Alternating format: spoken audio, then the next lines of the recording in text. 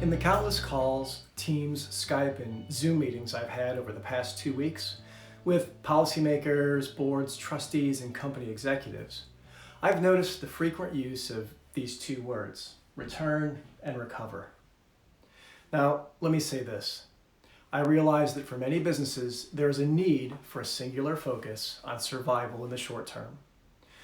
But there's also a need for many businesses to urgently consider their longer-term future.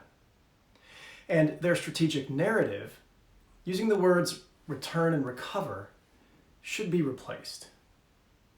When talking about furloughed employees returning to work or patients recovering from COVID-19, in that context, these words are indeed appropriate. I'm suggesting two words to consider using in place of return and recover in your strategic dialogue that I've been using over the past few weeks, helping leaders reframe the strategic context of business and markets against the implications of this COVID-19 global pandemic crisis. Why should you consider changing your strategic framing and avoid the words return and recover? Because the words we choose are important. The strategic context has fundamentally shifted, and the implications are massive. In a recent Financial Times article, author Arundhati Roy wrote this: "Historically, pandemics have forced humans to break with the past and imagine their world anew. This one is no different. It is a portal, a gateway between one world and the next." In the past few weeks, we have fast-forwarded no less than 5 years into the future in terms of digital adoption. I'll say that again. We have fast-forwarded no less than 5 years into the future in terms of digital adoption.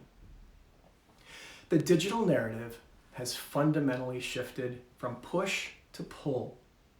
Video conferencing firms are no longer needing to push the message of online meetings to organizations. Instead, organizations are pulling the digital narrative in, not by choice, but by urgent need as a result of this global crisis.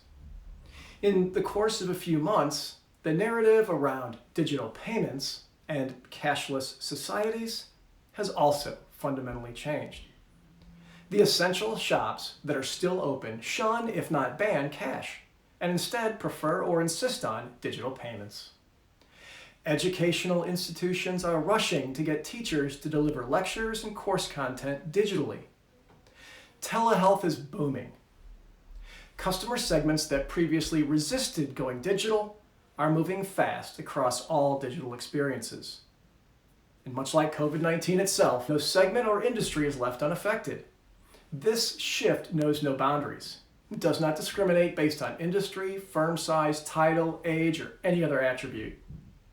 And the research I've been doing indicates that likely by the middle of the second quarter of 2020, working remotely, using video conference apps, online collaboration tools, firms across the globe that had previously resisted a new paradigm in working will be firmly entrenched at the beginning of a new normal. This shift will have seismic impact on everything from policy and business models to consumer behaviors. Firms that held unicorn status as recently as February won't exist by December.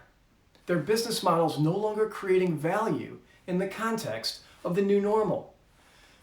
If we look at firms like WeWork, the number of tenants that have terminated their lease agreements is staggering.